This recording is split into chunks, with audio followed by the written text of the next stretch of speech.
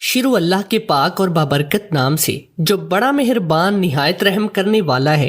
نصیب T V کے دیکھنے والوں، آپ سب کو خوش آمدید۔ آج کی اس ویڈیو کے پہلے حصے میں بہت ہی اچھے ٹوٹکے ہیں، اور آج کی اس ویڈیو کے دوسرے حصے میں ایک بہت ہی انٹرسٹنگ اور بہت ہی سبق آموز کہانی ہے۔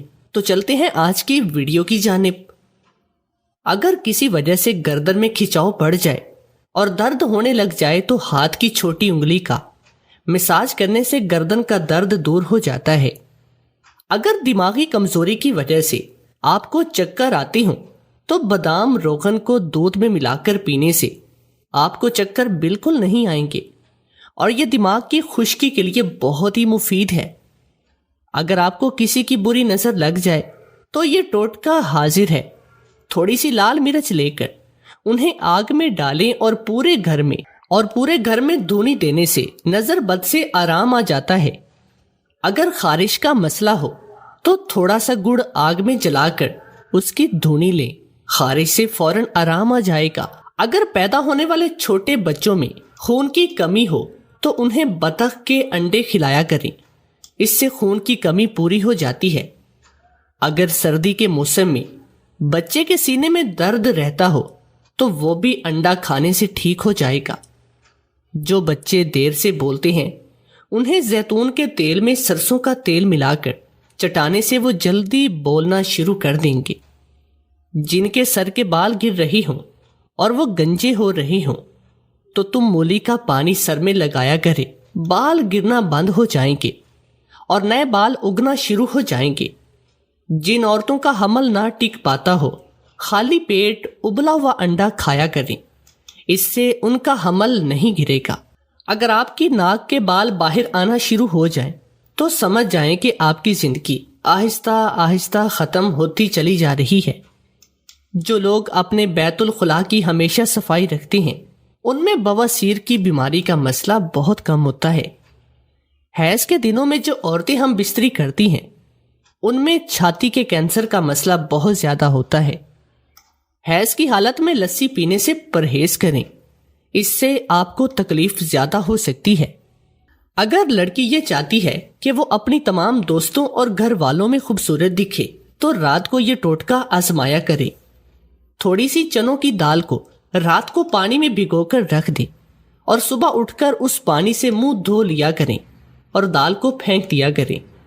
جن لوگوں کو خواب میں صاف پانی نظر آئے ان کی عمر لمبی ہوتی ہے۔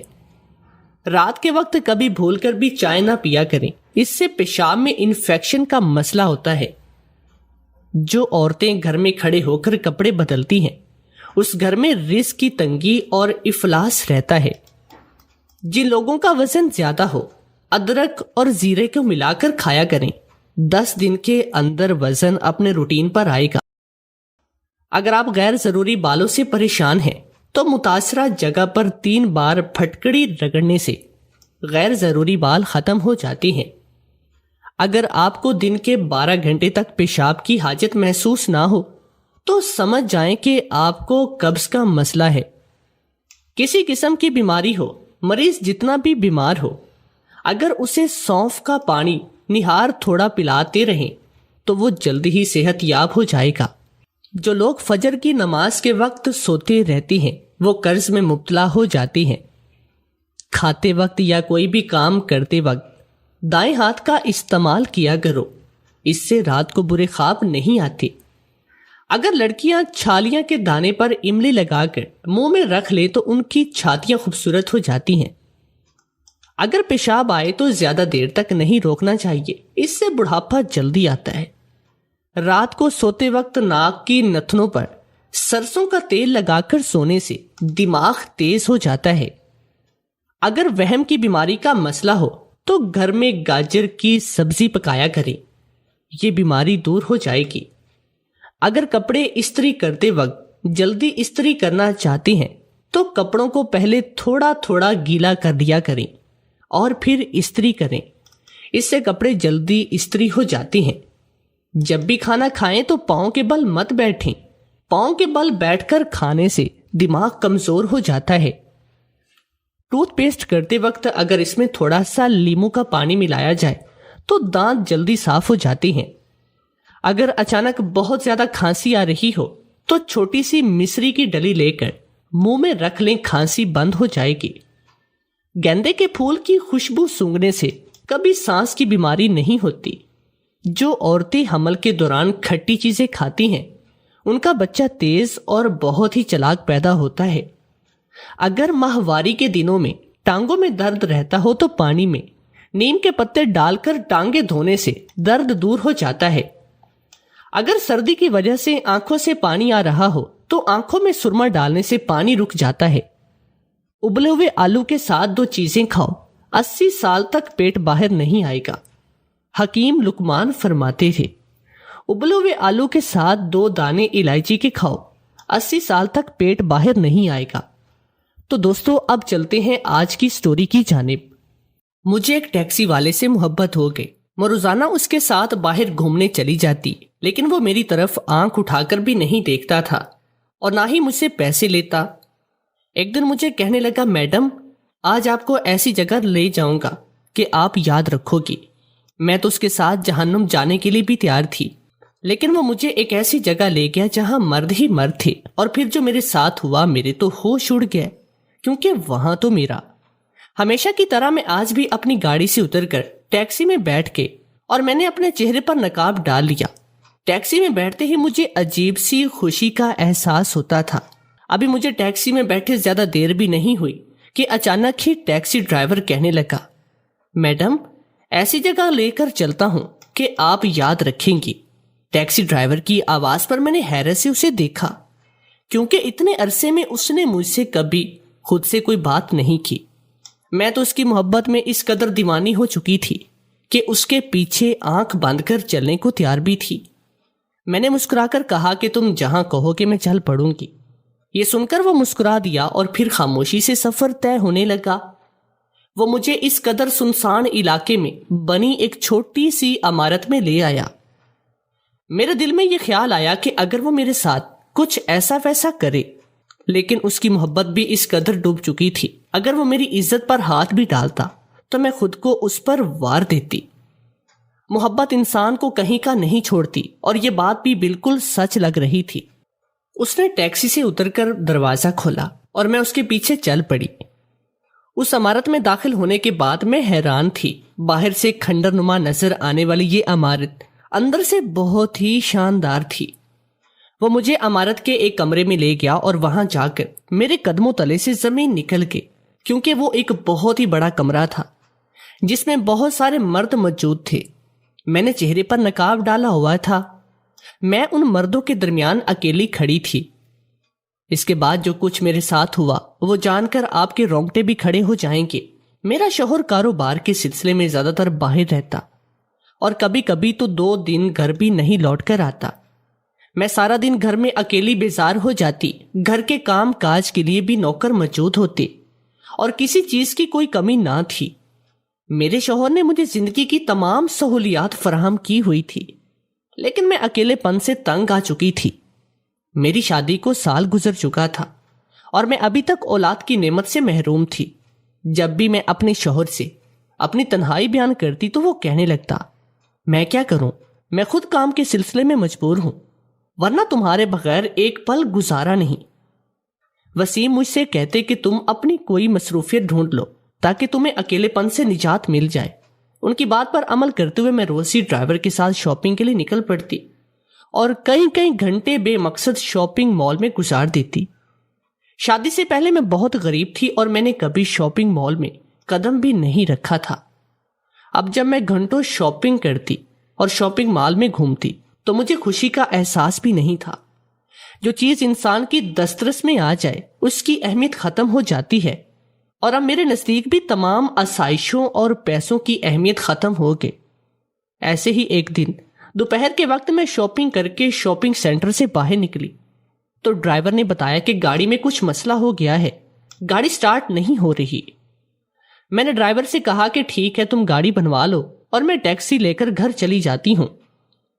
میں نے وہیں سے ایک ٹیکسی ہائر کی اور جیسے ہی میں ٹیکسی میں بیٹھی، شیشے میں مجھے ٹیکسی ڈرائیور کی شکل نظر آئی اور میں اسے دیکھتی ہی رہ گئی۔ جو دیکھنے میں پڑھا لکھا معلوم ہو رہا تھا اس کے چہرے میں ایسی کشش تھی کہ میں نہ چاہتے ہوئے بھی اسے دیکھتی چلی گئی۔ میں نے جان بوجھ کر خود ہی اسے بات چیت شروع کی۔ مجھے پتا چلا کہ وہ روز اسی شاپنگ مال کے باہر آ کر کھڑا ہوتا ہے اور یہیں سے سواریاں اٹھاتا ہے۔ وہ خود سے کوئی بات نہیں کر رہا تھا۔ میں جتنے سوال پوچھتی وہ بس اتنا ہی جواب دیتا۔ اسے دیکھنا مجھے بہت ہی اچھا لگ رہا تھا، اس لیے میں اسے گھر لانے کی بجائے گھومنے کے لیے نکل پڑی اور شام تک اس کی ٹیکسی میں بیٹھی میں گھومتی رہی۔ یوں بھی گھر جا کر مجھے کوئی کام نہیں تھا اور نہ ہی گھر پر کوئی میرا منتظر تھا۔ جب میں گھر پہنچ کر کرایہ ادا کرنے لگی تو ٹیکسی ڈرائیور نے مجھ سے کرایہ نہیں لیا۔ میرے لاکھ کہنے کے باوجود بھی سر جھکائے بیٹھا رہا اور مجھ سے پیسے لیے بغیر چلا گیا۔ گھر آنے کے بعد بھی میں سارا وقت اس کے بارے میں سوچتی رہی۔ وہ میرا ہم عمر مرد تھا اور بالکل ویسا تھا جیسا جیون ساتھی میں چاہتی تھی۔ میرا شوہر وسیم بہت اچھا تھا، لیکن وہ عمر میں مجھ سے کافی بڑا تھا اور اسی وجہ سے میں اپنے شوہر کے ساتھ ایک بہترین تعلق قائم نہیں کر سکی۔ جب بھی میں وسیم کے قریب ہوتی تو اس کے سفید بال مجھے کرم میں مبتلا کر دیتے اور میں سوچتی کہ 16 سال کی عمر میں کیوں اتنی بڑی عمر کے مرد کے ساتھ رشتہ نبھا رہی ہوں۔ میری بیوہ ماں نے میرے شوہر وسیم کی دولت اور جائیداد دیکھتے ہوئے میری شادی وسیم سے کر دی۔ ہم بہت ہی غریب تھے اور میں اپنی ماں کی ایک ہی بیٹی تھی۔ اماں جگر کے مرض میں وہ مبتلا تھی اور وہ جلد از جلد میری شادی کر دینا چاہتی تھی۔ ایسے میں جب وسیم کا رشتہ آیا تو اماں کو لگا جیسے میرے نصیب جاگ گئے۔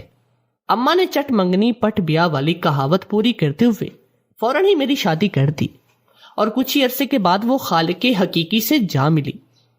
اماں کے بچھڑ جانے پر میں پوری طرح ٹوٹ گئی، لیکن وسیم نے مجھے محبت سے پلکوں پر بٹھا کر رکھا۔ میں بہت ہی خوبصورت تھی اور وسیم میری خوبصورتی کا دیوانہ تھا۔ اس نے مجھ سے اپنی پسند سے شادی کی، لیکن میرے دل میں کہیں نہ کہیں یہ بات ضرور چھپتی تھی کہ وسیم میرے لیے قابل نہیں۔ مجھے وسیم سے بہتر جیون ساتھی مل سکتا تھا۔ ہم دونوں کے درمیان عمر کے فرق نے مجھے اس رشتے میں پوری طرح خوشی نہ دی۔ ایسے میں وہ ٹیکسی ڈرائیور میری زندگی میں چلا آیا اور سب کچھ بدل گیا۔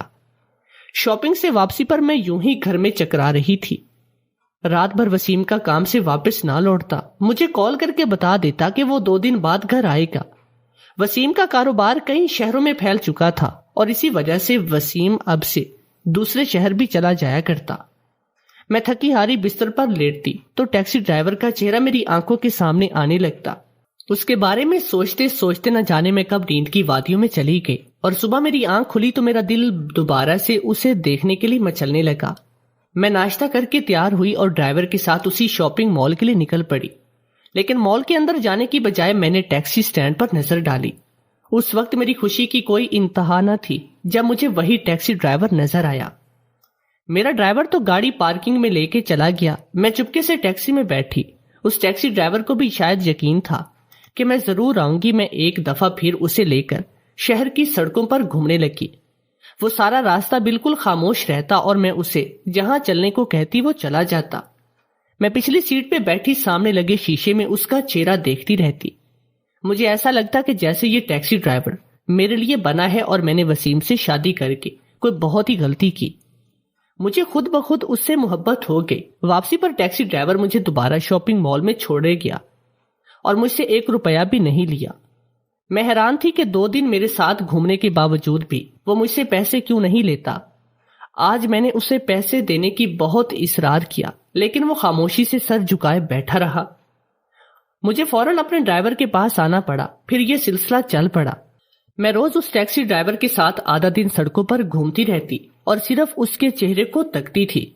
میں نے اپنے چہرے کو نقاب سے چھپانا شروع کیا تاکہ کوئی مجھے پہچان نہ سکے۔ کبھی کبھی مجھے خیال آتا کہ اگر وسیم کو اس بارے میں پتہ چل جائے تو میں اسے کیا جواب دوں گی، لیکن پھر میں خود کو مطمئن کر لیتی۔ میں نے اپنے شوہر وسیم سے تنہائی کی شکایت شروع کی اور وسیم بھی مطمئن ہو گئے۔ پہلے وہ میرے لیے اداس رویے سے بہت پریشان تھے اور اب نہیں تھے۔ اس بات کی تسلی ہو گئی کہ مجھے ان کے بغیر رہنے کی عادت ہے۔ وسیم نے مجھے یوں ہی کہیں راستے میں دیکھا، پھر نہ جانے کیسے میرا گھر ڈھونڈ کر وہ خود ہی رشتہ لے کر چلا آیا۔ وسیم نے بتایا کہ ان کے ماں باپ کا سال بھر پہلے انتقال ہوا ہے اور اب وہ اکیلے ہیں۔ وسیم کپڑے کا کاروبار کرتے ہیں اور ان کا کاروبار عروج پر تھا۔ وسیم نے شادی پر مجھے سونے میں تول دیا تھا۔ شادی کے شروع کے دنوں میں بہت ہی زیادہ خوش تھی، کیونکہ مجھے ہر وہ چیز جس کے لیے میں ترستی تھی مجھے حاصل ہو گئی، لیکن وقت کے ساتھ ساتھ ہر چیز نے اپنی اہمیت کھو دی۔ ایسے میں ٹیکسی ڈرائیور کا میری زندگی میں آنا میرے لیے کسی خوشگوار ہوا کے جھونکے کی طرح ثابت ہوا۔ اسے دیکھتے ہی مجھے احساس ہوتا کہ مجھے ایسے ہی کسی جوان مرد کے ساتھ اپنی زندگی گزارنی چاہیے۔ وسیم کے بالوں میں اترتی چاندی نے میرے دل کو اداس کر رکھا تھا، جبکہ میں جوانی کے جوبن پر تھی۔ اس لیے جب میں ڈرائیور کے ساتھ کہیں بھی چلنے کے لیے اسے کہتی تو وہ بنا سوچے سمجھے ہی چل پڑتا، اور میں بھی اس کے ساتھ ہی بنا سوچے سمجھے اس کے پیچھے چل پڑتی۔ میں تو اس کے ساتھ جہنم میں بھی جانے کو تیار تھی، لیکن وہ مجھے ایسی جگہ لے گیا جہاں بہت سارے مرد تھے، اور وہ سارے بھی مجھے عجیب نظروں سے دیکھ رہے تھے۔ میں شرم سے پانی ہوئی، لیکن اس وقت میرے قدموں تلے سے زمین نکل گئی جب میں نے وہاں ایک ایسے شخص کو دیکھا جس کی وہاں موجودگی کا میں تصور بھی نہیں کر سکتی تھی۔ میرے چہرے پر نقاب ہونے کی وجہ سے وہ شخص مجھے نہیں پہچان پایا، اور شاید اسے وہاں میری موجودگی کی توقع بھی نہ تھی۔ وہ سب مجھے ہوس بھری نظروں سے دیکھ رہے تھے، اور ٹیکسی ڈرائیور میرا ہاتھ پکڑ کر ان مردوں کے بیچ میں لے آیا۔ اس نے میرا نقاب بری طرح کھینچ کر اتار دیا۔ میں بری طرح سے گھبرا گئی اور سمجھ بھی نہیں پائی کہ میرے ساتھ کیا ہونے والا ہے، لیکن تھوڑی ہی دیر میں وہاں موجود مردوں نے میری بولی لگانا شروع کی۔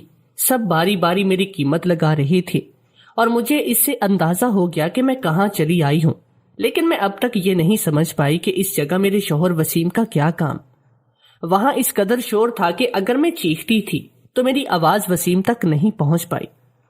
اس ٹیکسی ڈرائیور نے میرے دونوں ہاتھوں کو مضبوطی سے پکڑا ہوا تھا، اور میں خود کو چھڑوا بھی نہیں پائی تھی۔ باری باری سب لوگوں نے میری بولی لگائی، اور جس نے سب سے زیادہ میری قیمت لگائی مجھے اس کے نام کیا گیا۔ اس شخص نے پیسوں سے بھرا سوٹ کیس اٹھایا تو میرا شوہر وہ سوٹ کیس لینے کے لیے آیا، اور جیسے ہی اس کی نظر مجھ پر پڑی تو اس کا چہرہ سرد پڑ گیا۔ وہ پیسوں والا سوٹ کیس لینے کی بجائے حیران نگاہوں سے مجھے دیکھ رہا تھا۔ میری آنکھوں سے آنسو بہ رہے تھے، اور میں ابھی تک ٹیکسی ڈرائیور کے چنگل میں پھنسی ہوئی تھی۔ وسیم کسی تیر کی مانند وہاں آیا۔ اس نے ٹیکسی ڈرائیور کے چہرے پر ایک زوردار تھپڑ رسید کیا۔ پورے حال میں سناٹا چھا گیا، ہر کوئی حیرت سے وسیم اور ٹیکسی ڈرائیور کو دیکھ رہا تھا۔ وسیم ایک لمحے کی بھی تاخیر کیے بغیر میرا ہاتھ پکڑ کر مجھے اس بھیڑ سے نکال کر آیا۔ اس نے سیدھے مجھے اپنی گاڑی میں دھکا دیا اور خود بھی گاڑی میں بیٹھ کر وہاں سے نکل گیا۔ میں رو رہی تھی اور وسیم نے ایک لفظ بھی نہیں کہا، یہاں تک کہ ہم دونوں واپس گھر پہنچ گئے۔ وسیم مجھے ہمارے کمرے میں لے آیا اور میرے پاس ہی بیٹھ گیا۔ میں ابھی بھی سسک رہی تھی۔ وسیم نے جیسے ہی مجھے اپنے قریب کرنے کی کوشش کی تو میں نے اسے زور سے دھکا مار دیا۔ میں نے وسیم سے کہا کہ یہ سب کیا تھا؟ آپ ایک ایسی جگہ پر کیا کر رہے تھے جہاں ایک عورت کو بولی لگا کر فروخت کیا جاتا ہے؟ وہ مجھے کہنے لگا کہ پہلے تم بتاؤ کہ تم وہاں تک کیسے پہنچی، پھر میں بھی تمہیں بتا دوں گا کہ میں وہاں کیا کر رہا تھا۔ میں نے وسیم کو بتایا کہ میں ٹیکسی ڈرائیور کے ساتھ نکلی تھی اور ٹیکسی ڈرائیور دھوکے سے مجھے وہاں لے گیا۔ مجھ میں اتنی ہمت نہیں تھی کہ میں وسیم کو اپنا پورا سچ بتا سکتی، اس لیے میں نے آدھی ادھوری بات بتائی کہ میں کیسے اپنے شوہر کو یہ بتا سکتی کہ میں ایک غیر مرد کی محبت کا شکار ہو گئی تھی۔ وسیم کہہ رہا تھا کہ وہ ٹیکسی ڈرائیور جو مجھے وہاں تک لایا تھا وہ ایک ایسے گینگ کا آدمی تھا جو عورتوں کو اپنے جال میں پھنسا کر اس طرح غائب کرتے کہ کوئی انہیں ڈھونڈ بھی نہیں پاتا، اور آگے لے جا کر انہیں فروخت کر دیتے۔ کچھ عورتوں کو جو کم عمر حسین ہوتی ہیں بولی لگا کر فروخت کیا جاتا تاکہ اچھی قیمت وصول ہو، اور کچھ عورتوں کو پوری طرح تیار کر کے انہیں دوسرے ممالک میں بھیج دیا جاتا اور وہاں بڑے پیمانے پر ان سے جسم فروشی کروائی جاتی۔ مختلف قسم کی نشہ اور ادویات دے کر ان کا کام کروایا جاتا۔ وسیم حیران تھا کہ میں کس طرح اس ٹیکسی ڈرائیور کے ہاتھ لگ گئے جو وہ مجھے وہاں تک لے آیا۔ میں نے وسیم سے کہا کہ آپ یہ بتائیں کہ آپ کا وہاں کیا کام؟ میں سوچ بھی نہیں سکتی کہ آپ اس قدر گھٹیا انسان نکلیں گے اور اس طرح کا کام کرتے ہوں گے۔ آپ نے اس لیے مجھ جیسی غریب لڑکی سے شادی کی تاکہ آپ کا سچ کھلنے پر بھی آپ سے کوئی سوال نہ کر سکوں۔ آپ اچھی طرح جانتے ہیں کہ میرے آگے پیچھے کوئی بھی نہیں اور میں آپ کے خلاف کچھ نہیں کر پاؤں گی۔ میری بات سن کر وسیم مسکرایا، پھر کہنے لگا واہ بیگم صاحبہ واہ، آپ نے تو پوری بات سنے بغیر ہی مجھے گھٹیا انسان قرار دے دیا۔ اس کے بعد جو سچ وسیم نے مجھے بتایا اسے سن کر تو میں حیران ہوئی۔ وسیم نے بتایا کہ وہ ایک خفیہ ایجنسی کے لیے کام کرتا ہے اور انہیں یہ مشن سونپا گیا کہ وہ اس پورے گروہ کو بے نقاب کر کے انہیں گرفتار کروائیں۔ چھوٹے شہروں سے بڑی تعداد میں لڑکیوں کو اغوا کیا جا رہا ہے اور یہ لوگ لڑکیوں کو اتنی صفائی سے غائب کرتے ہیں کہ پولیس والے انہیں ڈھونڈنے میں پوری طرح سے ناکام ہیں۔ اس لیے اب حکومت خفیہ ایجنسیوں کے ذریعے ان لوگوں کی صفائی کا کام کر رہی ہے اور میں اسی گروہ میں شامل ہوں، بظاہر انہی کے لیے کام کر رہا ہوں کیونکہ مجھے ان کی تمام معلومات کی ضرورت ہے۔ میں نے تمہیں یہ سب کچھ پہلے اس لیے نہیں بتایا کہ مجھے ڈر تھا کہ میری وجہ سے کہیں تمہیں کوئی نقصان نہ پہنچائے۔ میں تمہیں اپنے کام اور اپنے مشن سے دور رکھنا چاہتا تھا۔ وہ ٹیکسی ڈرائیور ایسی لڑکیوں کو ڈھونڈ ڈھونڈ کر اس عمارت میں پہنچاتا جن کے پیچھے آنے والا کوئی بھی نہ ہو۔ یقیناً اس ٹیکسی ڈرائیور کو اچھی طرح اندازہ ہو گیا ہوگا کہ تمہارے پیچھے آنے والا کوئی نہیں، اس لیے وہ تمہیں وہاں تک لے آیا اور تمہیں اس جگہ سے نکالنے کے لیے میں سب کچھ چھوڑ کر وہاں پر واپس چلا آیا۔ اب مجھے دوبارہ وہاں جا کر اپنی جگہ بنانی ہوگی تاکہ میں دوسری عورتوں کو بچا سکوں۔ وسیم بار بار ایک ہی سوال کی تکرار کر رہے تھے کہ میں اس ٹیکسی ڈرائیور کے ساتھ کیسے اس عمارت میں آ گئی، کیونکہ وہ ٹیکسی ڈرائیور کسی بھی عورت کو زبردستی اس عمارت تک نہیں لاتا بلکہ وہ انہیں رضامند کر کے ہی لاتا تھا تاکہ راستے میں اسے کسی قسم کی پریشانی کا سامنا نہ کرنا پڑے۔ میں نے تمام ہمت جمع کر کے وسیم کو سچ بتانے کا فیصلہ کیا۔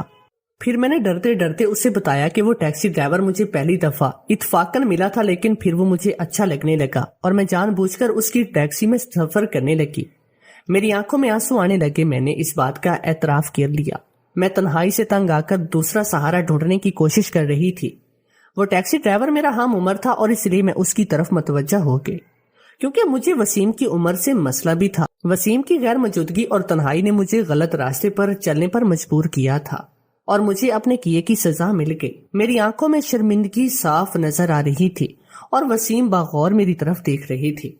وہ کہنے لگے کہ انہیں احساس ہے ان کے کام کی وجہ سے مجھے بہت زیادہ اکیلا رہنا پڑتا، لیکن ان کے کام کی نوعیت ہی ایسی ہے کہ انہیں گھر سے دور رہنا پڑتا ہے۔ وہ کہنے لگے کہ جہاں تک عمر کی بات ہے تو وہ میرے ہم عمر ہیں، لیکن انہیں اس وقت اپنا حلیہ کسی بڑی عمر کے آدمی کی طرح بنانا پڑا کیونکہ یہ ان کے مشن کی ضرورت ہے۔ وسیم کی بات سن کر میں حیران ہوئی جب وسیم نے مجھے بتایا ان کے بالوں میں یہ سفیدی عمر کی وجہ سے نہیں بلکہ ڈائی کلر کی وجہ سے ہے، تو ایک شرمندگی کے احساس نے مجھے گھیر لیا اور میں نے وسیم سے اپنی غلطی کی معافی مانگ لی۔ وسیم نے مجھے پورے دل سے معاف کیا اور مجھ سے اس بات کا وعدہ لیا کہ میں اب کبھی کوئی غلط راستہ اختیار نہیں کروں گی۔ وسیم نے مجھے گلے سے لگایا اور اپنی محبت کی مہر سے میرے ماتھے پر ثبت کرتے ہوئے کہ ابھی انہیں جانا ہوگا اور جو غلطی میں نے کی ہے اسے سدھارنا پڑے گا۔ میری یہ غلطی کی وجہ سے ان کی کتنی مہینوں کی محنت پر پانی پھر گیا۔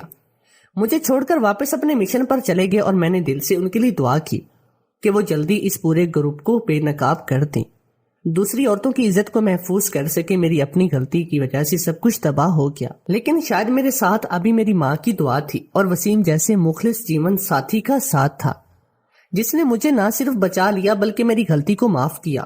2 مہینے کے بعد ہر چینل پر ایک ہی خبر چل رہی تھی، عورتوں کو اغوا کر کے فروخت کرنے والا ایک بڑا گینگ بے نقاب ہوا۔ ساتھ ہی اس ٹیکسی ڈرائیور کی تصویر بھی ہر چینل کی سکرین پر زینت بنی ہوئی تھی۔